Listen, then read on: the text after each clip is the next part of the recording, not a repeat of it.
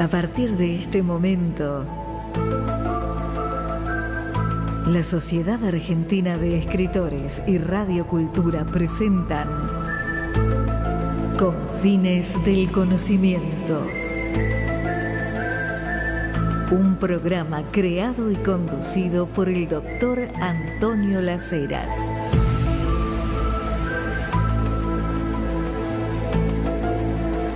Aquí estamos en otro viernes, pero claro, no es un viernes cualquiera porque hoy es viernes 13. Y sí, hoy es viernes 13. Es viernes 13 hoy. Y estamos acá con el licenciado Gustavo Rocco para hablar de distintos temas que tienen que ver con ese otro campo que está más allá de la ciencia, ¿podemos decir eso? Por ahora sí. Claro. No sabemos. La ciencia, viste, que es falible. Lo que hoy considera verdades pueden ser falsas en otro momento y los que son falsos hoy pueden ser verdades más adelante.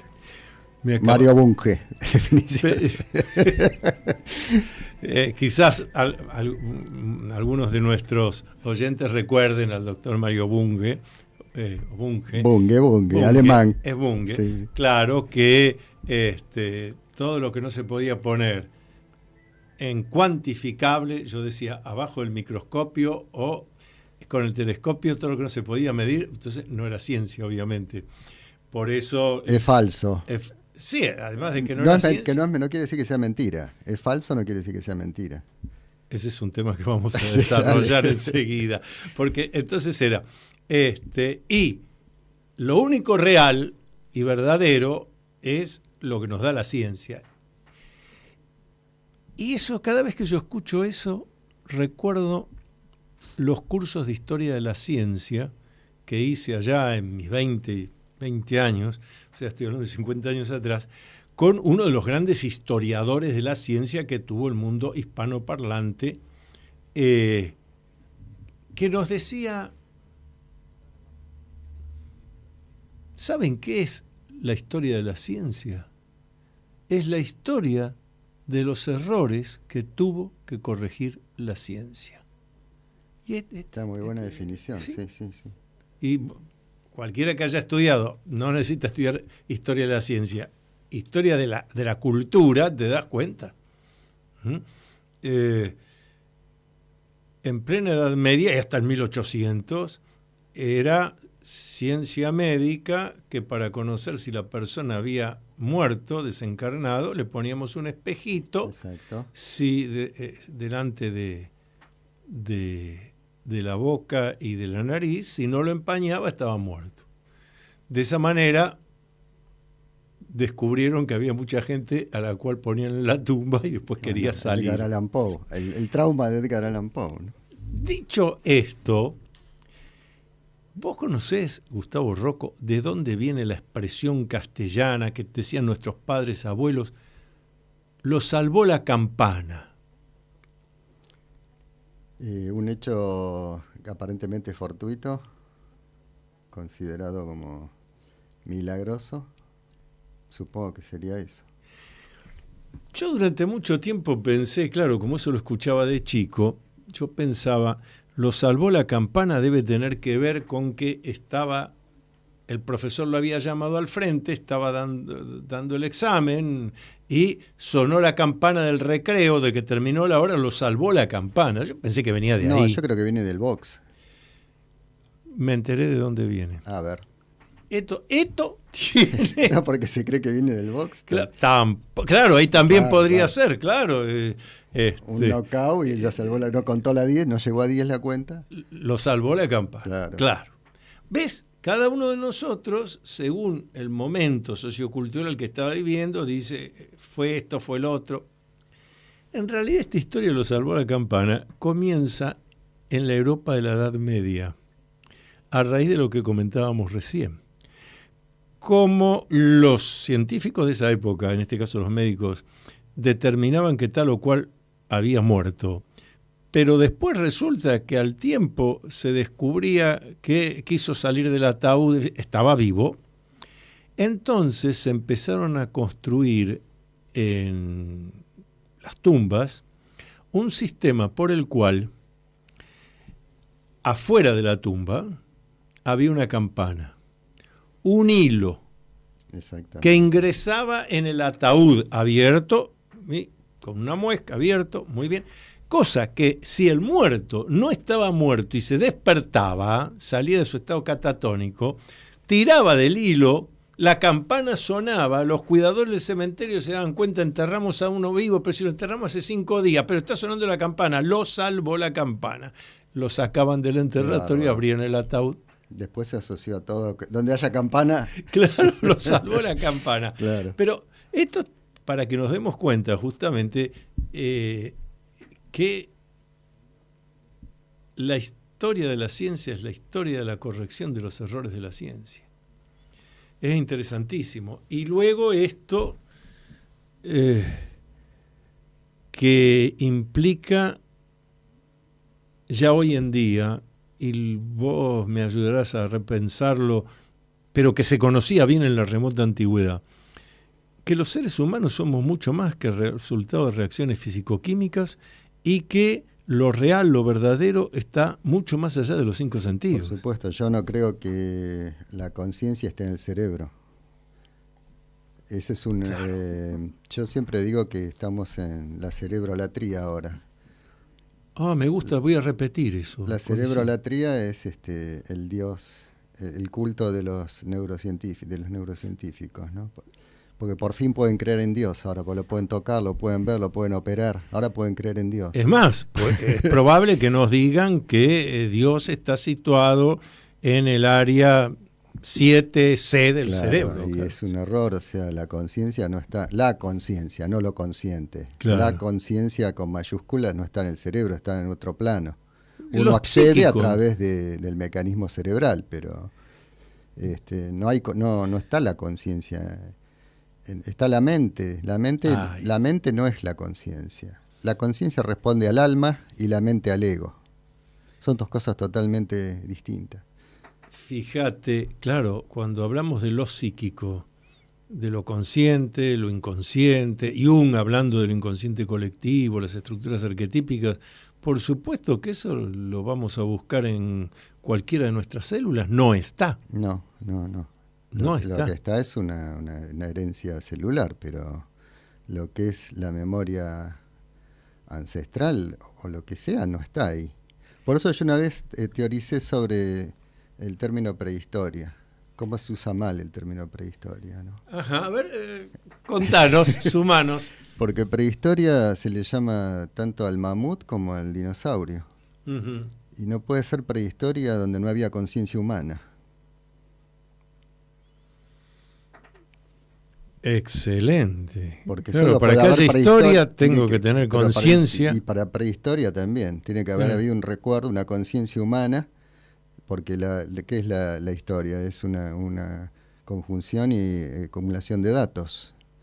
Claro, que requieren a alguien que los haya acumulado, pensamiento racional reflexivo. La prehistoria tiene que ver con la no acumulación, pero acumulación en la memoria, la transmisión oral. Entonces no puede ser nunca el dinosaurio un animal prehistórico en el momento que no existía la conciencia humana. Que nosotros los humanos no hacíamos historia. Exactamente. Bueno, ahí me llevas a otro de los temas que hemos hablado varias veces acá en Confines del Conocimiento, así que te lo voy a cabecear. A ver, ¿a vos no te llama poderosamente la atención lo que la historia oficial, la ciencia oficial académica nos dice? El Homo habilis, sapiens erectus, Homo de Cromañón, Homo de Pekín, el Homo ludens, el más peligroso. Bueno, ese es más reciente, ese es invento reciente. Después vamos a hablar de Homo ludens para los oyentes que no conocen de qué estamos hablando. De todos esos Homo que hubo en todo el planeta Tierra desde hace 1 millón de años. Durante 1 millón de años vivieron en la cueva, en la caverna. Durante 1 millón de años el que más evolucionó lo hizo cuando agarró 2 piedras, pulió una y más o menos tenía algo como un cuchillito. Tenían que cuidar el fuego sacándolo de cuando en un bosque caía un rayo que al producir un incendio no sabían. Otros sí avanzaron un poquito más, descubrieron que golpeando una piedra contra la otra salió una chispita. Durante 1 millón de años no hicieron más que eso. Bueno, quizás alguno agarró un cuerito y se lo puso encima para abrigarse. Fines del Pleistoceno, más o menos 16.000 a 14.500 años atrás, algo pasa, como si hubieran apretado un botón, algo pasa en todas las especies de Homo que había en la Tierra, y empieza a generar esto que somos nosotros hoy y que la antropología moderna llama el hombre moderno. Sí. Ahora, ¿cómo? ¿En 1 millón de años? Nada. Tampoco eso que el mismo Darwin se dio cuenta cuando habló del eslabón perdido, que era Darwin un evolucionista, pero decía, pero acá hay algo de los grandes primates, el Homo, al ser humano moderno, no están las distintas etapas, falta algo, repentinamente aparecemos nosotros. ¿No te llama la atención? Sí, bueno, ahí está el tema de la prehistoria, ¿no? ¿Qué pasó en la prehistoria verdaderamente? Sí. Tenemos los mitos nada más. La prehistoria se corresponde con los mitos. Y los mitos siempre encierran una potencia energética. Claro. Para la ciencia los mitos son cosas falsas, es un sinónimo de falso. Pero para la antropología no. Estrictamente para las ciencias sociales, sacando la ciencia básica, el mito tiene una potencia energética para el psicoanálisis, sí, para la psicología. Entonces me parece que la bipedestación fue fundamental. El hecho del hombre poder pararse y elevar su cabeza, ahí entramos, ahí tiene un poco el cerebro de conector, fue el conector con esa conciencia, me parece. El hombre empezar a mirar desde otro lugar, dejar caminar en 4 patas, pararse y empezar a tomar dimensión de lo que es la conciencia, empezar a ver las cosas desde otro nivel, ¿no? Claro, lo que ocurre es que durante ese 1 millón de años del Homo habilis, el Homo sapiens, ese Homo ya estaba erguido en 2 extremidades superiores, pero no avanzaba, no salía de la cueva de la caverna. Y algo pasa que, según la antropología oficial, bueno, nos hicimos sedentarios, empezamos con la agricultura, con la ganadería, y todo eso habría generado el hombre moderno. Pero llama la atención porque también uno tiene derecho a preguntarse por qué durante 1 millón de años no lo hicieron y repentinamente lo empiezan a hacer en todo el planeta. Toda la impresión como alguien que apretó un botón. Puede ser, y entonces sí, en todos lados empezó a suceder esto. Es como mínimo raro. Vos fijate esto del eslabón perdido. Entre los grandes primates y el hombre moderno hay una distancia tan abismal. No hay un animal que no sea el humano que tenga, por ejemplo, libre albedrío. Poder tomar decisiones. ¿Venimos a hacer programa o no venimos? Por eso el único que hace cultura es el hombre. Bueno. Porque pueden decir, no, la abeja hace el pan, no, las hacen todas iguales. Eso es el instinto. Eso es natural, la naturaleza, claro. El hombre es el que transforma la naturaleza, eso es la cultura, transformar la naturaleza. El hombre, exactamente, tal como vos decís, pero yo voy a agregar esto, y el hombre es un eterno desconforme. El animal repite sus instintos, pero nosotros... Mira todo lo que hemos cambiado, la forma de edificar en lo que va de 200 años. Bueno, vamos a ir a la Luna, vamos a ir a Marte, vamos a ir a las estrellas, vamos a ir al profundo del mar, vamos a descubrir, vamos a hacer arte. Estamos siempre desconformes. Eso no ocurre en ninguna especie que yo conozca. Es que, bueno, el arte es un poco esa búsqueda de calmar esa imperfección. Sí, claro. Me quedé pensando porque en una conferencia que dio hacia fin del año pasado,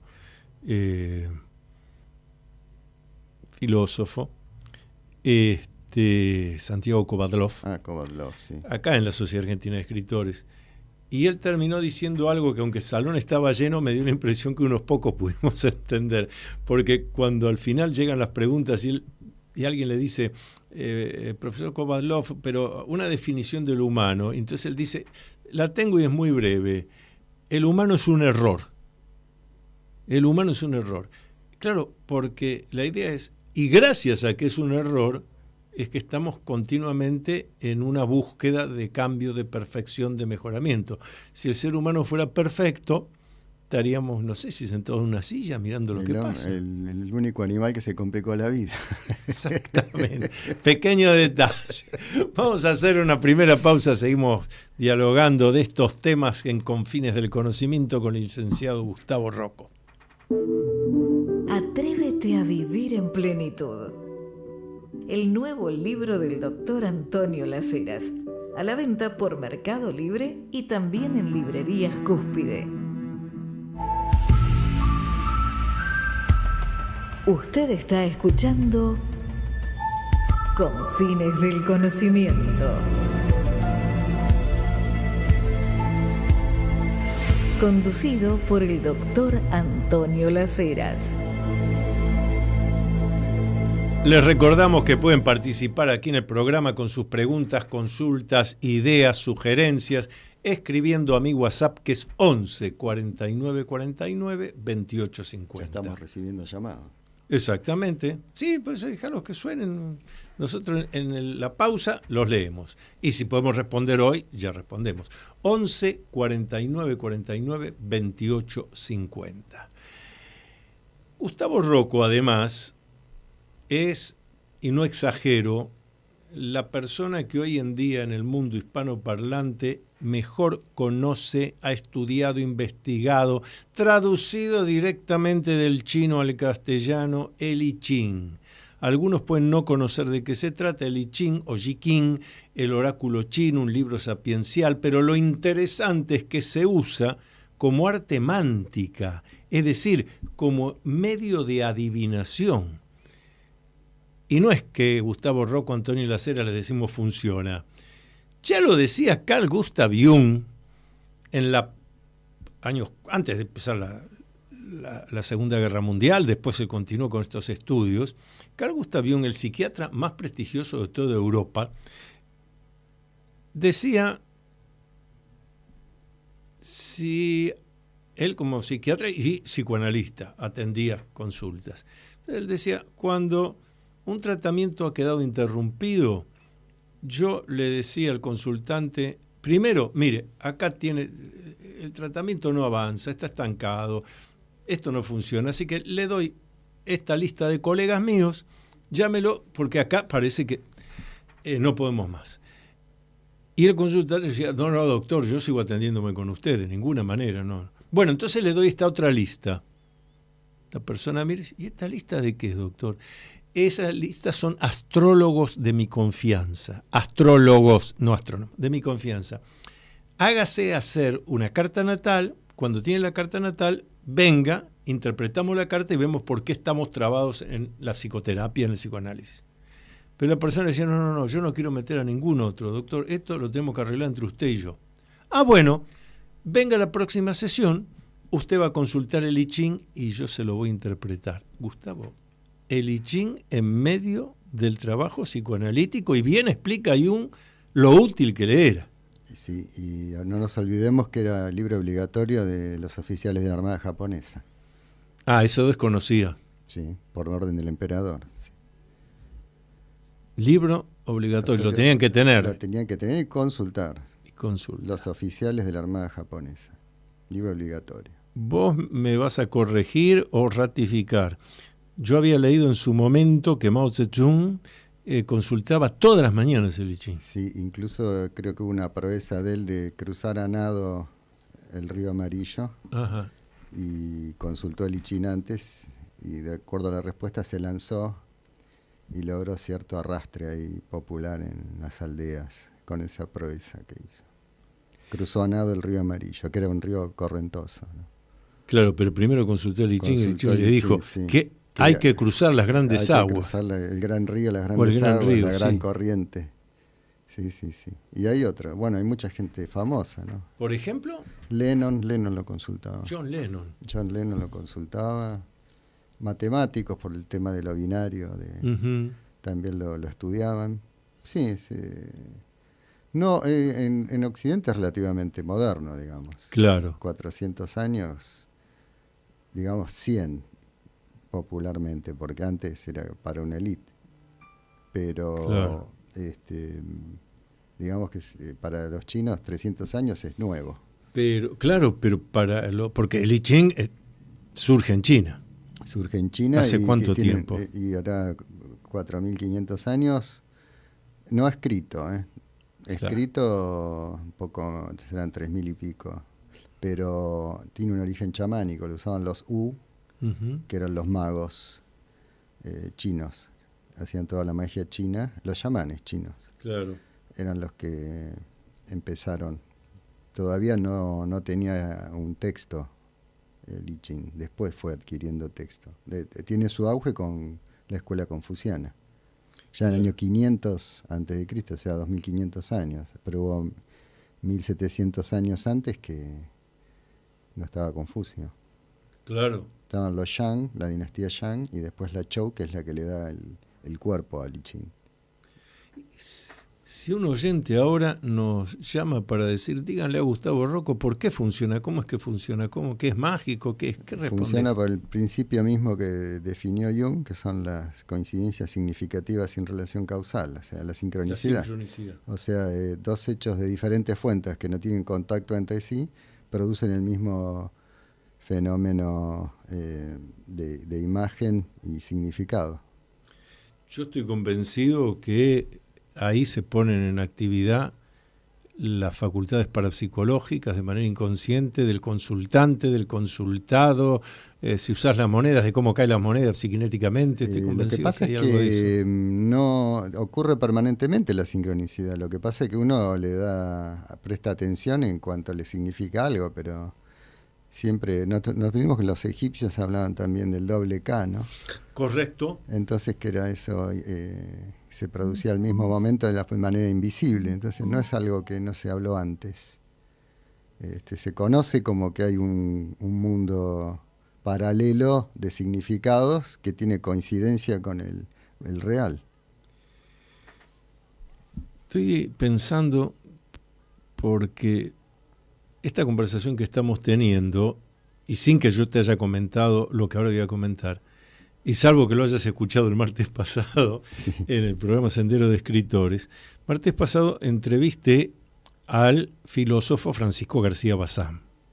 Ah, Bazán, claro. Sí.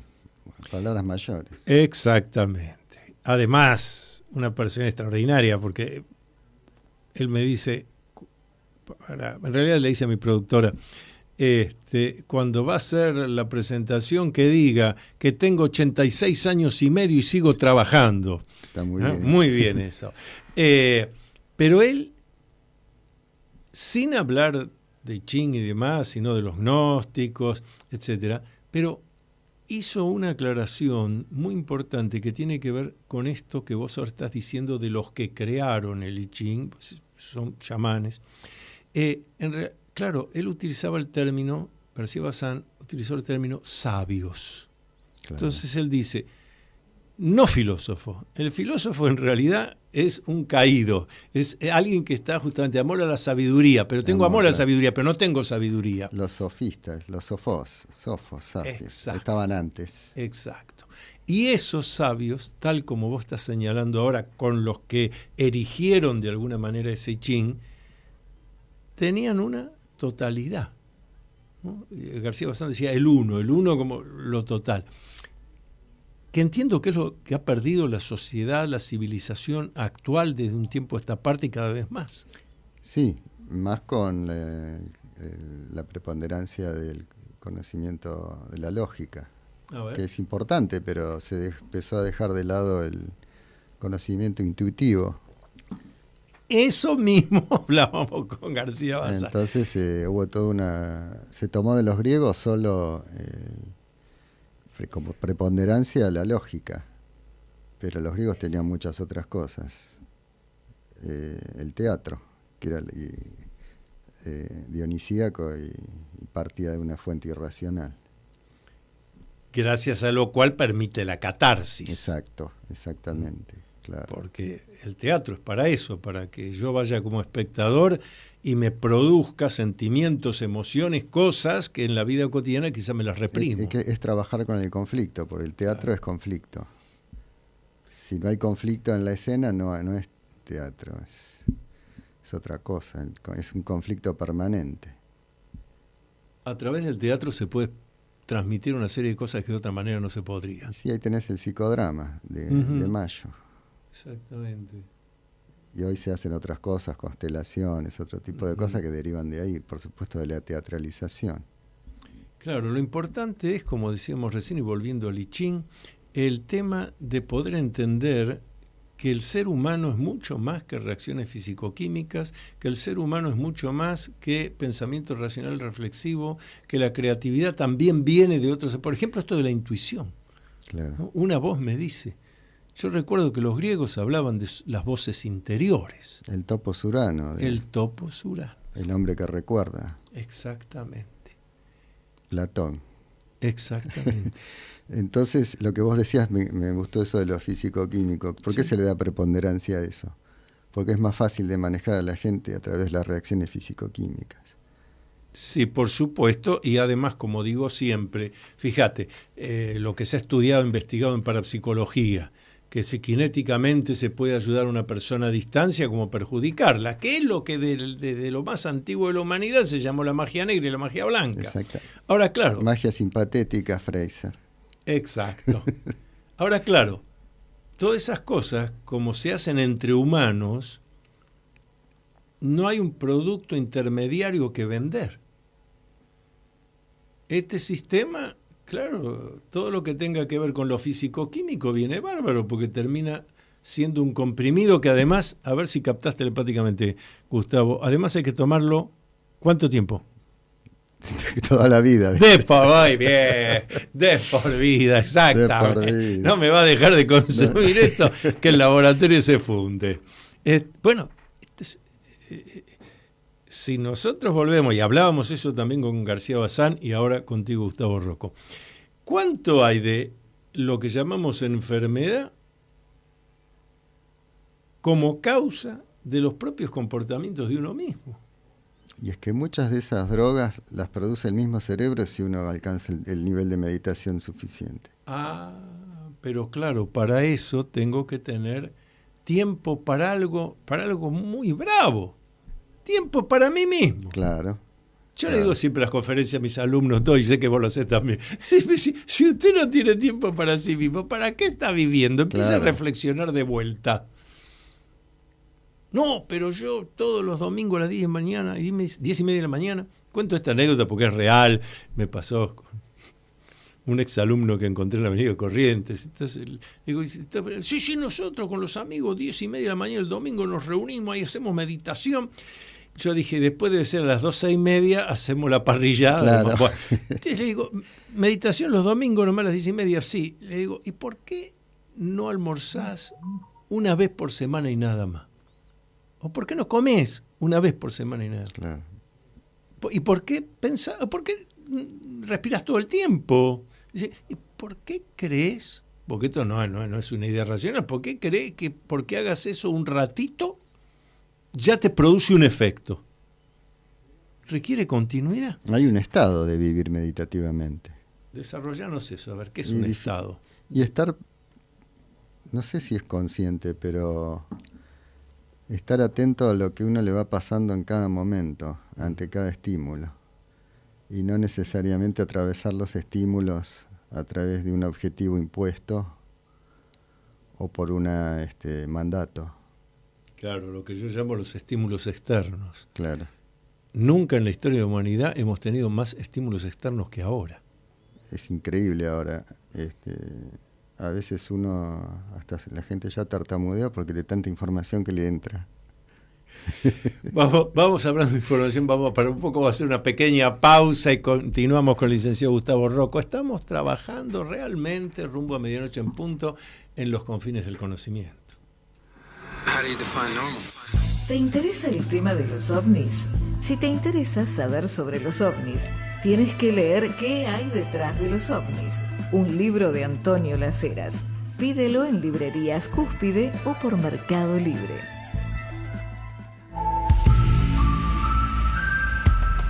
Usted está escuchando Confines del Conocimiento. Conducido por el doctor Antonio Las Heras.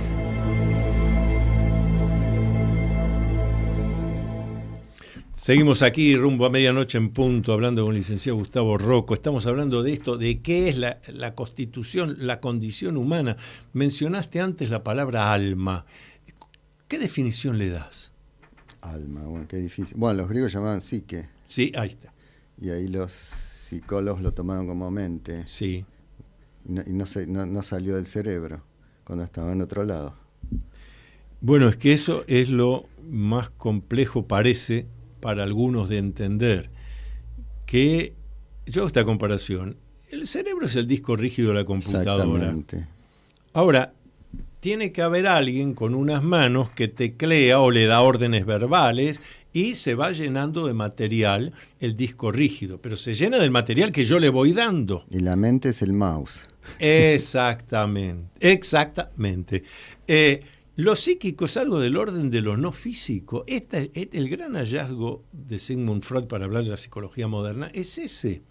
Y el segundo gran hallazgo, entre tantos, pero en general, el segundo gran hallazgo es disolver la idea de consciente y subconsciente. Claro. En todo caso, consciente, preconsciente e inconsciente, porque subconsciente, como cualquiera se da cuenta, genera una relación de dependencia. Si hay consciente y subconsciente, entonces quiere decir que yo, desde la conciencia, mi subconsciente lo dirijo.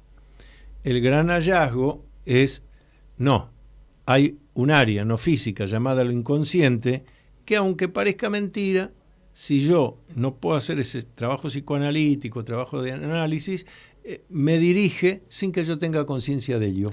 Pasa que se está usando como sinónimo, inconsciente, subconsciente. Suele, sí. Suele usarse como, sí. Pero no lo es. No lo es.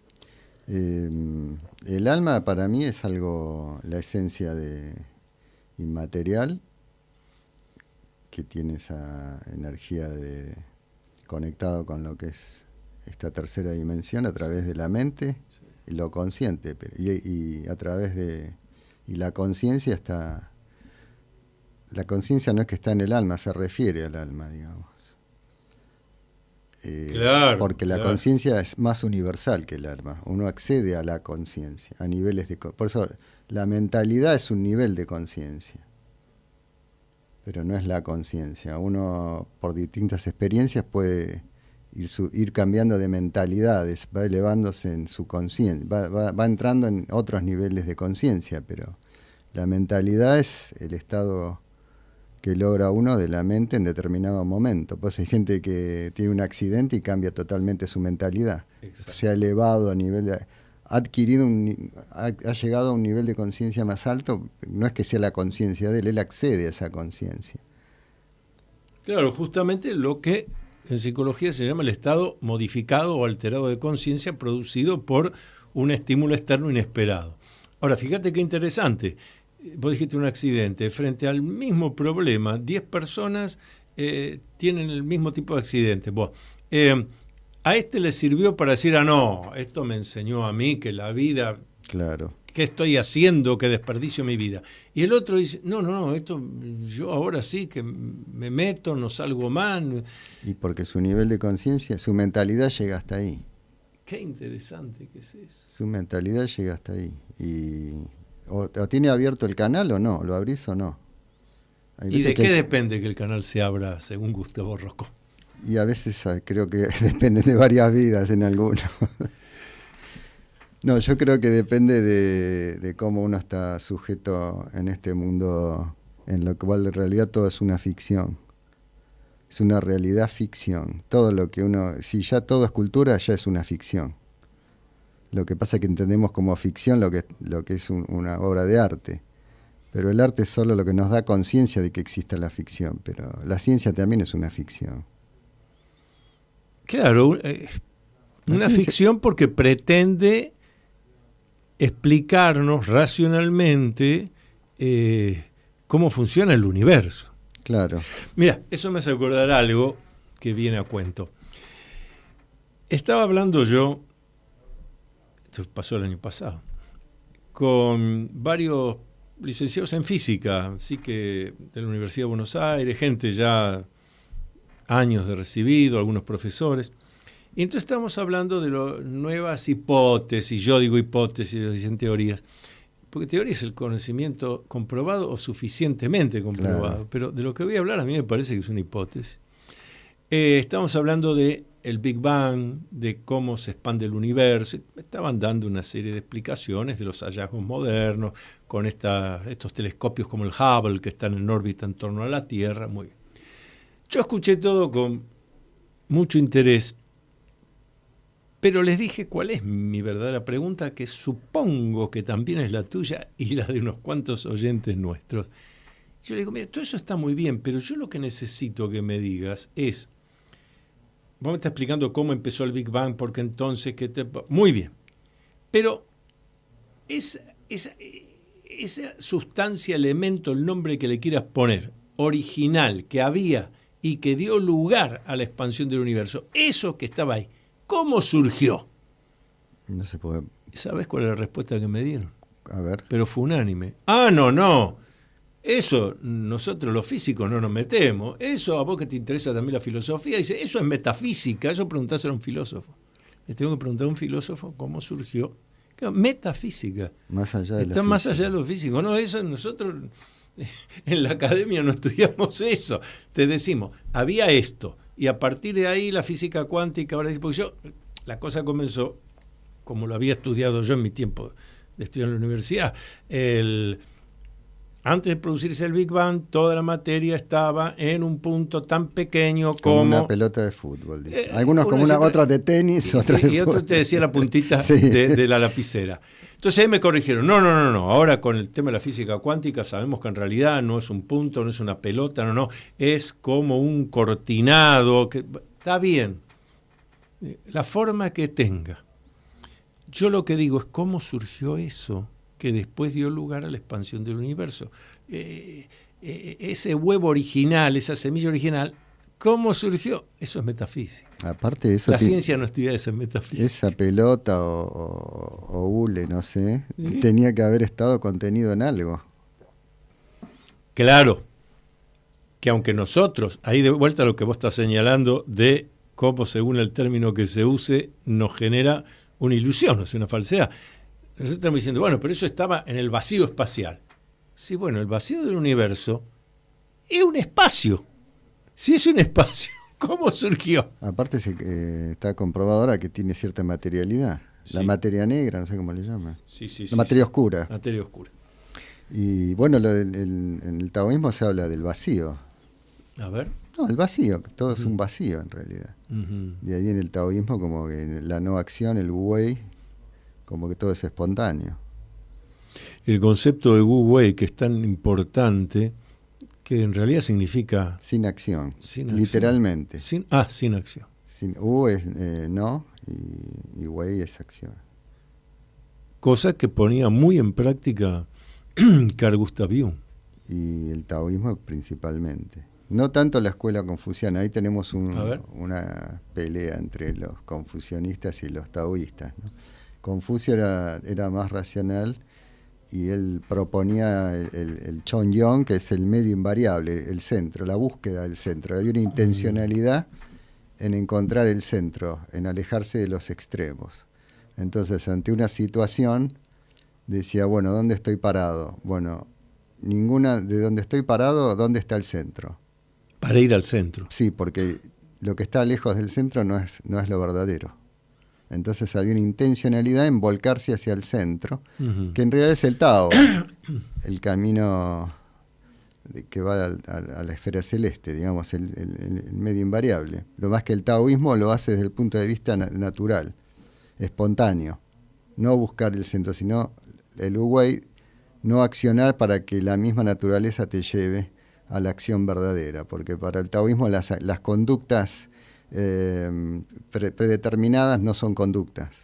La verdadera conducta es la natural. Claro, esto también señalaba el doctor García Bazán en nuestro programa del martes pasado, en Sendero de Escritores. El prestar atención a la naturaleza y entender a la naturaleza, por ejemplo, al planeta Tierra como un ser viviente, al universo como un ser viviente. que por eso es un cosmos y no es un caos, ¿no es cierto? Exacto. Y cómo nosotros, humanos, debiéramos ajustarnos a esas leyes universales, pero... Bueno, lo dice Osho cuando habla de cómo un deportista, cuando entra al juego, si está pensando en su actuación, va a ser un desastre. Pero si se olvida de sí mismo, va a ser todo su despliegue va a tener que ver con el wu-wei, ¿no? El dejarse llevar por toda esa energía y por toda esa habilidad que le viene desde lo alto, ¿no? Claro, lo que pasa es que para poder vivir de ese modo hay que atreverse. Es fácil. No, vivir es difícil, eso es muy difícil. Digo, claro. Cuando un jugador entra a la cancha es otra cosa. Si él está pensando que lo que tiene que demostrar, va a ser un desastre lo que haga, porque se está negando a recibir esa energía que es su talento que le viene de otro lado. Fíjate que cuando Messi hace un gol, es algo muy importante, porque yo lo marco mucho. A ver. Agradece enseguida. Él sí dice, yo sé que no fui yo, me vino de arriba. Eso es el único jugador que lo hace, y lo empezó a hacer. El señalar arriba como diciendo, yo sé que no fui yo. Ahora, eso... Y es una persona bastante primaria, digamos. Sí, claro, no es un poeta ni un científico. A eso me refiero, y sin embargo tiene esa conciencia. Ahí está el nivel de cómo accede a esa conciencia y darse cuenta que no es su ego, sino que ese gol le yo soy una herramienta, un instrumento. Exactamente, lo está diciendo cuando siempre lo hace, señala al cielo, me vino de arriba, claro. O sea, no soy yo. Estoy bendecido. No, que está bueno porque está el tema del ego, cómo el ego te limita y cómo cuando dominas el ego es la primera apertura, ¿no? Yo eso, y a vos te habrá pasado también, lo he escuchado en muchos escritores de ficción, poetas. Eduardo Buño Kiefer, más de una vez íbamos a tomar un café y estaba enojado. Digo, ¿qué te parece? Sí, porque yo, época que se escribía en la máquina de escribir, claro. Me senté a escribir y yo tenía el cuento en la cabeza, lo tenía perfecto. Empiezo a escribir, y me salió otra cosa. El protagonista hizo otra cosa. Dice, no sé, si el protagonista, el otro que lo acompañaban, tampoco escribí. Porque puso su ego. Estaba, pero lo que él señalaba es que lo que él había escrito le había venido de adentro, no era lo que él desde el ego, desde la conciencia había deseado. Salió otra cosa. Poetas que les he dicho, extraordinario, le hice poema que salió en tal lado, y me dice, sí, yo lo había mandado al diario hace meses. Dice, lo volví a leer y dije, pero yo pude haber escrito eso, yo no reconocía haber escrito eso. Bueno, a mí me pasa cuando releo cosas mías, no las reconozco. Es interesantísimo. Sí. Porque quiere decir que la creatividad verdadera, la auténtica, la que prevalece, la que permanece, no sale de tu conciencia. Es lo que hablamos. Exacto. No sale de lo consciente, sino de esa conciencia que no está en el cerebro. Y donde uno pasa a ser un intermediario. Exactamente. Estamos siendo como de antena de algo que ya está creado en otro lado, ¿no? Sí. Bueno, vamos a hacer la ya última pausa del programa, nos vamos acercando a Medianoche en Punto. Estamos pasando bien. Exacto, dialogando con Gustavo Rocco. Esperemos no preocupando demasiado a nuestros oyentes, ocupándolos sí, preocupándolos con el no. Viernes 13. Exactamente, Viernes 13, miren los temas que estamos hablando. Los miembros de la Sociedad Argentina de Escritores tienen libre acceso a la Feria Internacional del Libro de Buenos Aires, tener a la venta sus libros en el stand de la entidad y un espacio para dialogar con los lectores. Otro de los tantos beneficios de ser miembro de la Sociedad Argentina de Escritores.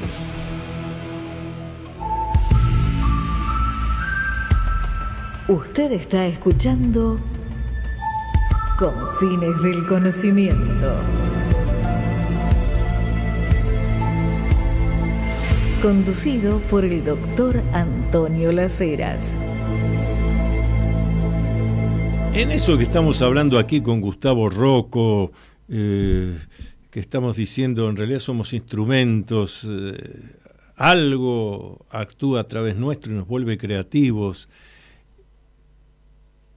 Durante la pandemia, el aislamiento de la pandemia, vos agregaste una nueva actividad a tu vida, me enteré. Sí, con el teatro. Exacto. Pero sí, ya había escrito antes, pero escribí 2 obras que son las que estrené. Ajá. Son las 2 que estrené. Son las que hice en la pandemia. ¿Y qué te llevó? Porque vos estabas en el campo del I Ching, has publicado, insisto, los mejores libros en castellano de I Ching, dabas los cursos, etcétera, y un buen día, señores, ahora también soy dramaturgo y director. Sí, me puse a dirigir, sí. Un poco empujado. Me empujó porque mi director iba a ser Gustavo Lupi, que acaba de ganar. ¿Martín Fierro? Sí. Ah, muy bien. Pero él justo lo llamó Mauricio Dayú para hacer el amateur. Y entonces no tenía tiempo de dirigirme la obra. Y como yo había aprendido cosas con él, me puse a dirigirla yo, porque ya estaba empezada la obra y habría que sacarla. Y empezó a salir. ¿Esa obra es Vistiendo sombras, no, la primera. ¿Cómo se llama? Vistiendo sombras, que es un drama, que es un unipersonal, que lo vamos a reestrenar en los próximos meses. En 2022 le hicimos, 2022 y 2023, tuvo 8 meses en cartel.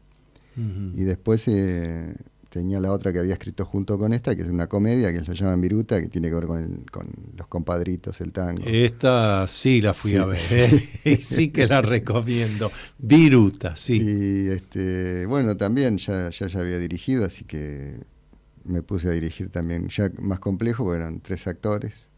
Así que también tiene sus cosas, trabajar con varios actores es un tema también y se aprende. Yo vengo a aprender, yo digo que estoy aprendiendo. Vos sabés que yo subrayo lo que acabas de decir, a mí me hace muy feliz, me hace muy bien terminar el día y antes de ir a acostarme, bueno, aprendí tal cosa, tal otra. Es decir, todos los días aprender algo. Sí. Más de una vez por el método del ensayo y del error, pero aprendí. Ya soy mejor persona, siempre aprendí. Del error se aprende. Sí. Bueno, algunos lo usan como excusa para quedar trabados, pero nosotros no estamos planteando lo opuesto. Es fuerte a veces el error, ¿no? ¿Cómo te sacude el error? Si no te sacude, lo seguís cometiendo.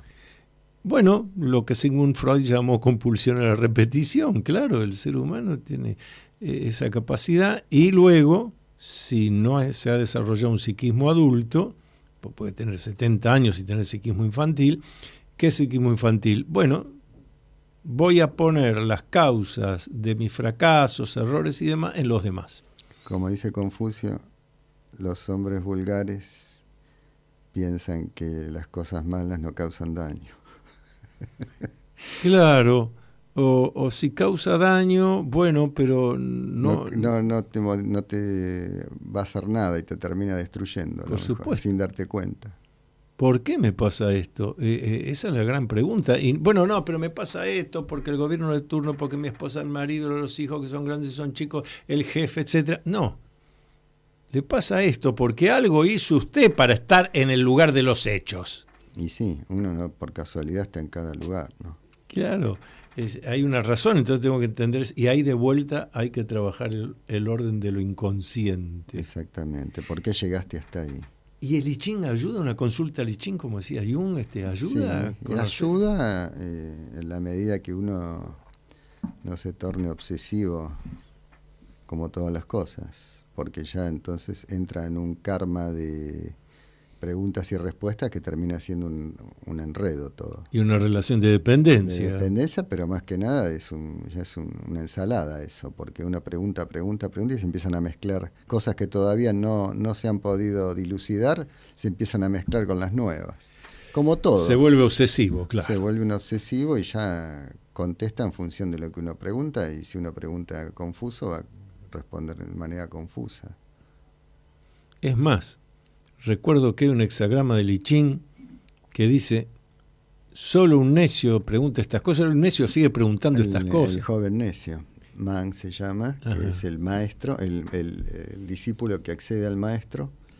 El maestro le da una respuesta y el discípulo le sigue preguntando lo mismo porque no acepta la respuesta. De ahí le pide el oráculo, dice firmeza, pero firmeza del maestro hacia el discípulo, no aflojarle. Claro. Por eso dice, si pregunta 2 o 3 veces lo mismo, se molesta. El oráculo se molesta. El oráculo es como un maestro. el oráculo ya no responde porque es molesto. Por eso no se debe a un oráculo preguntarle 2 veces lo mismo. Claro. Porque se supone que si ya dio una respuesta, la próxima respuesta tiene que ver con esa información que ya dio. No para refutar una información que uno inconscientemente no la quiere aceptar. O conscientemente. Sí. Incluso el I Ching es algo tan preciso que, a ver si estoy en lo correcto, el oráculo, el hexagrama que surgió y que me dice cuál es la situación que tengo, qué es lo que debiera cambiar, etcétera. Pero como también tiene líneas mutantes, si termino mutando las mutantes, me termina diciendo dónde voy a estar en el futuro si hago esto que me dice el I Ching. O dónde no. O dónde no voy a estar, claro, perfecto. O perfecto. Dónde no. Claro. O inevitable, a veces es inevitable que vas a estar en esa situación. Y bueno, hay que hacer caso a ver qué líneas salieron, cuál es el mejor consejo para atravesar eso que viene. Pero a veces es muy duro el I Ching en sus respuestas. Muy duro en el sentido de lo que uno no quiere que le diga. Ah, sí, claro. Y a veces salen esas cosas, cuando el I Ching te dice que al viajero se le quema el nido, como se diría vulgarmente, fuiste. Claro, te está diciendo te quedaste sin ya está. Sin se tu acabó, lugar, sin se tu acabó. Espacio. Depende de la pregunta. Ahora, vuelvo a esto.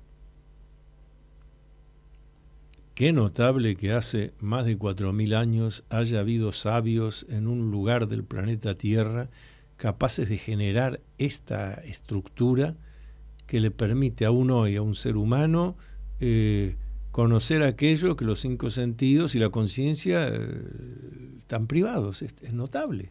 Es que a veces cuando uno tiene aciertos que no son de oráculos, sino de lo que uno intuye, sí, y uno lo percibe y después lo comprueba, también estamos en ese estadio. Claro, alcanzamos la intuición, ese estadio, sí, y nos damos cuenta que lo sabíamos, lo supimos. Pero ahí está, lo sabíamos, porque es la diferencia con el conocimiento. El conocimiento es algo externo, pero el saber es una voz interna me dice. Bueno, como cuando Pasteur dijo, no había microscopio en ese momento. Cuando dijo tiene que haber microbios, no los vio.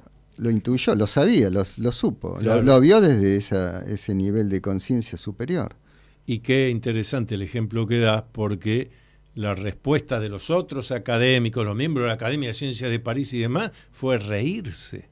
Como cuando operaban sin lavarse las manos. Que cómo si existieran, cómo unos bichitos tan chiquitos pueden afectarle a un ser humano que tiene este cuerpo. Bueno, eso decía la ciencia académica, la Academia Nacional de Ciencias. Por eso es de París. Es falible.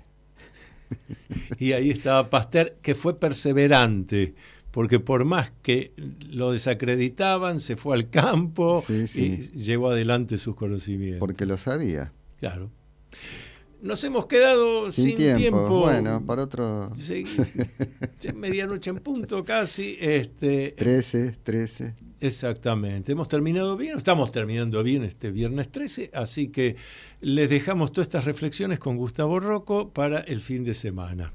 Volvemos, gracias Gustavo. Gracias hasta la próxima. A vos por llamarme y compartir este momento muy lindo. Y volvemos viernes que viene, 23 horas, aquí por Radio Cultura. Luminoso abrazo a todos y cada uno. Para conocer realmente qué es, cómo funciona y cuál es la verdadera historia de la masonería, tienes que leer Masonería en la Argentina, Enigma, Secreto y Política. Reciente libro del doctor Antonio Las Heras. Masonería en la Argentina, Enigma, Secreto y Política. Puedes adquirirlo en librerías Cúspide o pidiéndolo en Mercado Libre. Hasta aquí. La Sociedad Argentina de Escritores y Radio Cultura presentaron Confines del Conocimiento. Un programa creado y conducido por el doctor Antonio Las Heras.